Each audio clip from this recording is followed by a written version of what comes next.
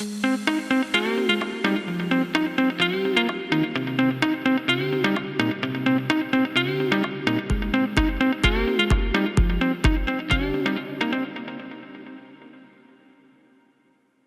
has been a long-term friend of Hargraves from when he started off doing social network analysis on a park bench with a mouse-powered computer, now to running his own startup, SWOOP Analytics. That's not his topic today. His topic today is from idea to execution at scale. I'm pretty certain most of the people in the room will know Kjaer. He's the co-founder and CEO of SWOOP Analytics, delivering social analytics to enterprise collaboration platforms wanting to increase their ROI. And one of the key things that I see, and it's in our innovation-centred people, the use of enterprise social networks, the use of engaging everybody in your innovation process is going to be absolutely critical going forward. So, Kjaer. Thank you all. I just want to show you in one picture our view of the world. I'm not sure whether you've seen this is at ANU in Canberra, and we think there's an interesting way in which we design not just our campuses, but this way we design our companies, and then the way that work really gets done, the way we'd like to move around. We've been doing a project with I know Baxter is here. We're doing a project with a pharmaceutical in the US at the moment, and interestingly enough, they were telling me when I was showing them this picture that on their campus they put up a big sign right where this path is, said, "Do not walk on the grass." And so I think there are some organizations which, and it's probably appropriate that sometimes we don't want people to make those shortcuts, right? If you're in air traffic control, we shouldn't really allow shortcuts, should we? But there are other organizations where these shortcuts really want separates from high and low productivity. So if you look at this inside an organization, there are also a couple of different views of the world. The one on the left-hand side, which is the way that organizations are typically represented. The squares are people and the lines represent reporting lines, as you know. And then there is the other view of the world, which is the one that we specialize in, which is how work actually gets done. And the little text below those two charts I've stolen from Ron Bird, who's a US professor and who's written a book about social capital. So if you want to lay blame, recognize that, I've got to escalate this, I'm going to talk to your boss. But that doesn't work in that other part, in that network diagram over on the right-hand side. Those lines are not reporting lines. What do you think they represent? Yeah, communication, information, yeah. Direction, trust. Those sort of trust networks. You can see some of those bubbles over there on the left-hand side, right-hand side, sorry, they're larger and some of them are smaller. The ones that have lots of errors coming in are bigger. That doesn't mean, it doesn't mean that you have a bigger ego. It doesn't mean that. But it does mean that you are someone that people seem to gravitate towards, and they just like to consult you and ask you for your opinion before they do things. Wouldn't it be wonderful if we had them involved in some of our innovation programs? Anyway, that's where we're coming from, our view of the world. We think that right-hand side, that social map, is really, really important to drive performance and innovation in organizations. I came to Australia at the end of 2000. My co-founder, both of Optimize, which is our consulting company, and SWOOP Analytics, where he's our chief scientist, worked in the BHP's research labs up in Newcastle. And he's been looking at and researching social networks for a very, very long time. We met each other just after BHP IT was sold to CSC. Laurie, I guess, infected me with this whole virus of being interested in social networks. And we met when BHP IT was sold to CSC in 2001. And we ended up in a consulting group together. And we delivered lots of projects together, client-facing projects. We learned what are people interested in.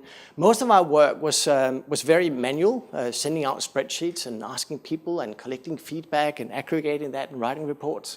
And in 2006, we thought, we're getting good at this, but we need to see whether these wings can actually, can we fly? So we left CSC and we started Optimize, and we've done more than 100 projects around the world around doing this. We thought we're getting pretty good at it. We've done lots of technology innovations, building tools and things, but all to support a consulting practice. We've basically done that from 2006 to 2000, all the way up to 14. Just really small scale, 2 or 3 people trying to build expertise, get more experience, talk to clients, and just hone that expertise. All I'm saying, this doesn't come overnight, right? It's a long, long journey. In 2014, and Jason was talking about in that equation, timing was one of these. I think it's fair to say that the importance of these social networks, it's getting more and more and more traction. And it wasn't until 2014 we were comfortable that we are now in a stage where the time was right to take everything we learned from a consulting perspective and venture into this technology startup land, which I've never been in before. 1st of July, so it's not far away, will be the first time that we're actually going to be paid a tiny, small, modest salary, because you have to run on a very, very small budget. And in a way, our consulting business have been funding this innovation journey for a very long time. So we're looking forward to that. So 2014 was really when we started the technology startup. And we were really lucky. If you talk to people they can end up in these accelerators and hubs. We're lucky we got a bit of great hair, and I haven't got that much of it left. But I'm sort of mid-40s, so I'm not right out of uni. And the benefit of that is that I know lots of people. Lawrence Lockley, my co-founder and chief scientist, he knows even more people. So when it came to the stage when we were looking for investors in our little startup, we simply asked around, and we knew people. And it didn't take us more than a couple of pitches to angel forums, and suddenly we had capital to go with. So for those of you that are thinking about doing this later in your career, there are lots of benefits. You don't have to be 24, 23 straight out of uni. Us that are starting a bit later, we have lots of things that makes this journey faster for us, especially through our networks. Now, given that Lawrence Lockley has got a PhD in corporate social capital, and we've always been sort of going between research and applying that, and we still do that today. So we're quite a research, evidence-driven organization. We've decided not to do any more consulting. We've done enough. I've traveled the world, well, parts of it. I haven't. It's not that bad, but I don't want to do it anymore. And also, you can't really create a scalable technology company if you have to go out there and deliver workshops and do all these sort of things. So we had to decide to leave that. Now, the challenge we've had is that we have to move really fast because the world around us is moving very fast. And only recently, I was introduced to this concept of the Red Queen hypothesis. Have you heard about that? It comes from biology. And it's basically, it comes from the Lewis Carroll book, Through the Looking Glass. And the quote here is from the Red Queen to Alice. Now here you see, it takes all the running you can do to keep in the same place. And the meaning of that from a biology perspective is that organisms must constantly evolve to simply survive while pitted against the ever-evolving opposing organisms in an ever-changing environment. We've seen from all the work we did in our consulting business, there were more and more companies that were startups that were doing the same as what we were doing. And we have to now shift the world from doing survey-based consulting work and then start to tap into online social networks and analyze these, collect data in real time, things we've never done before, because there are startups coming out left, right, and center that are biting at us. For those of you that are familiar with Microsoft Office 365, they've now rolled out what called Microsoft Graph, an API platform and framework that allows you to look at everything that happens, all collaboration patterns that happens online. It's an incredible opportunity for us, but also opens up the gates for a lot of competitors. So we have to move really, really fast just to stay a little bit ahead of the competition. We haven't really had that problem in the past because we were one of the few companies. Really, 8 were highlighted by Gartner in their research report into social network analysis companies in the world, and we were one of the 8. So we've had a kind of a comfy life over the last 10 years. We knew there weren't that many, but they're coming up now everywhere, so we have to move fast now. Now that means that the way that we make decisions have to be fast as well. And I'm going to show you an example from McKinsey, and they've outlined 3 different models for how organizations sort of organize themselves. Bureaucracies, and I'm really only going to highlight the ones about how decisions are made. Bureaucracies where they're made through the hierarchy. I'm sure you appreciate that. I used to work as a lawyer in a government agency in Denmark where I was born, and that was the way. There was the president of the tax tribunal made the decisions, and it was follow the hierarchy. Then I joined CSC, which was very much a meritocracy. How many of you guys would classify your own organization as a bureaucracy? Hands up. A few. What about meritocracy? You know, evidence-based discussions, long discussions, and the one with the best argument wins. A few of those. The last one is the adhocracies, where it's by experimentation, trial, and error. How many can point to that one? See, that's kind of an emerging one, right? There's a lot of uncertainty, and we decided we had to, by nature, my co-founder, Lawrence, we've been arguing for years, and we probably run optimize a meritocracy. Everything about our algorithms, the way that we've done our work has been thoroughly discussed. We didn't really talk to clients about it, but we knew that to make decisions fast with SWOOP, we had to get it out of this meritocracy discussion, always discussing things to the nth degree, and move into adhocracy. And that means getting customer feedback as fast as we can possibly get it. So now we stop arguing and putting something out, ship it, as Don from Atlassian was talking about, ship it, get feedback, and then put this into this continuous improvement cycle, because we can have these long discussions that they don't really matter. We've now decided on a couple of things to move fast. One is the way that we organize ourselves. We don't have offices.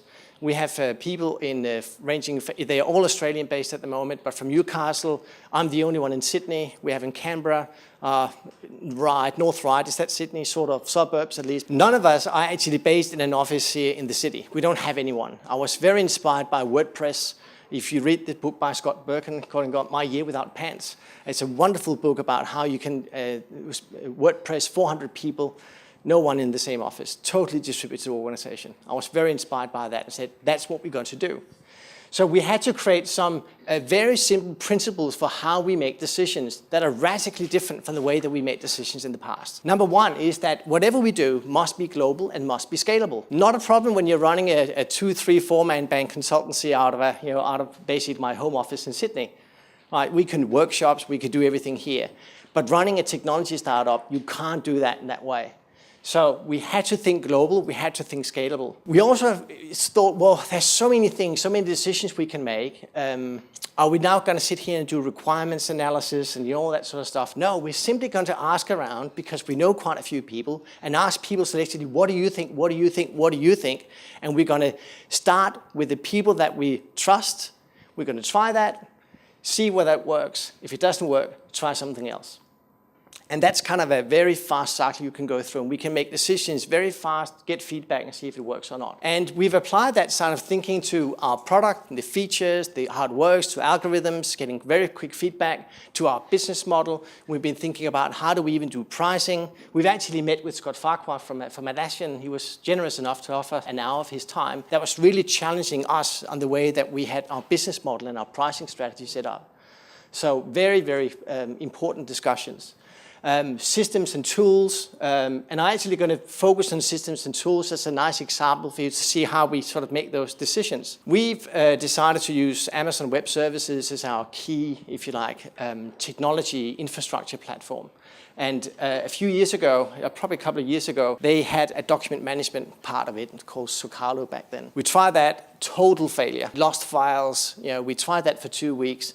Abandon that very quickly. The power of all these subscription-based, cloud-based solutions is that you can try something, see whether it works. If it doesn't work, ditch it, try something else.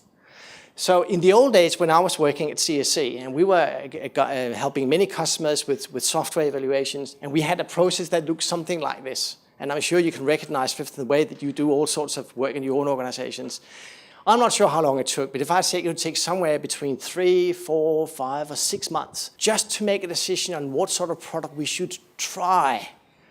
And then you invest a whole amount of money, ERP systems, in rolling them out, only to find out that they only meet like half the requirements and they deemed a failure and so forth. Now, we think there are ways that you can change that. Now, I know we're a small company, so we have some benefits that larger companies don't have, that we can trial, experiment, get feedback, and then start all over again. And we've had to do that because we got the competition simply biting at our ankles now in a way that we haven't experienced that before. So we have to make decisions fast, and we have to get feedback on whether those decisions are working or not. So that's been our little journey to date, and that's kind of really all I wanted to share with you. It's not all of it is directly transferable to larger companies, I appreciate that, but I hope at least you feel inspired by what smaller companies are doing, the kind of speed that we can get. Okay, thank you.